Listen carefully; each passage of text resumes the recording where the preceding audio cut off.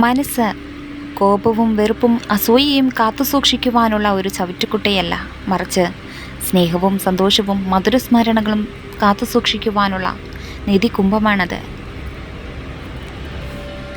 നിങ്ങൾ ഏതൊരു മാനസികാവസ്ഥയിലുമായിക്കൊള്ളട്ടെ, എഴുന്നേൽക്കുക, പ്രവർത്തിച്ച് കാണിച്ചു കൊടുക്കുക. മറ്റുള്ളവരോട് ദയ കാണിക്കുക.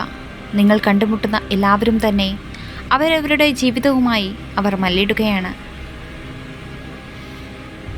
നമ്മളെ മറ്റുള്ളവർ അസ്വസ്ഥരാക്കുമ്പോൾ ദേഷ്യം പിടിപ്പിക്കാനോ ശ്രമിച്ചാൽ പ്രതികരിക്കരുത്. കാരണം അവരെ സന്തോഷിപ്പിക്കുക എന്നത് നമ്മുടെ ജോലിയല്ലല്ലോ. ആഗ്രഹിക്കുന്ന കാര്യങ്ങൾ നാളേക്കായി മാറ്റിവെക്കരുത്. ഇന്ന് തന്നെ അതിനുള്ള പരിശ്രമം തുടങ്ങണം. നാളെ എന്നത് ഉണ്ടോ എന്ന് പോലും ചിന്തിക്കരുത്. ഇന്ന് പ്രവർത്തിക്കുക. ഏതൊരു സുഹൃത്തിനെയും ആവശ്യത്തിലധികം ആശ്രയിക്കാതിരുന്നാൽ ജീവിതത്തിൽ നിരാശപ്പെടുന്നതിൽ നിന്ന് നമുക്ക് രക്ഷ നേടാനാകും. നമ്മൾ ഏറ്റവും അധികം ആശ്രയിക്കുന്ന ഒരാൾ ഒരു അത്യാവശ്യ ഘട്ടത്തിൽ നമ്മളെ തള്ളിപ്പറയുകയോ പിന്തുണയ്ക്കാതിരിക്കുകയോ ചെയ്താൽ നമ്മൾ വളരെയധികം വേദനിക്കും. എത്രത്തോളം നമ്മൾ അവരെ ആശ്രയിക്കുന്നുവോ അത്രത്തോളം വേദനയുടെ കാഠിന്യവും കൂടുമെന്നുള്ളതാണ്. ആർക്കും ആരെയും പൂർണ്ണമായും മനസ്സിലാക്കാൻ പറ്റിയെന്ന് വരില്ല.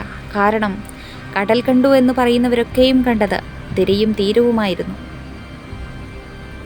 എല്ലായ്പ്പോഴും മനുഷ്യൻ വിധിയെ കുറ്റപ്പെടുത്തുന്നു. എന്നാൽ യഥാർത്ഥത്തിൽ തെറ്റുകളുടെയും അഭിനിവേശത്തിൻ്റെയും ബലഹീനതകളുടെയും പ്രതിധ്വനിയാണ് അവൻ്റെ ജീവിതം.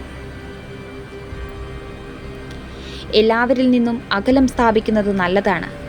ആരെയും വേദനിപ്പിക്കാൻ വേണ്ടിയല്ല, സ്വയം വേദനയുടെയും സങ്കടത്തിൻ്റെയും മധുരം നുണയാതിരിക്കാൻ വേണ്ടിയാണ്. Thank you for watching. Please support and subscribe.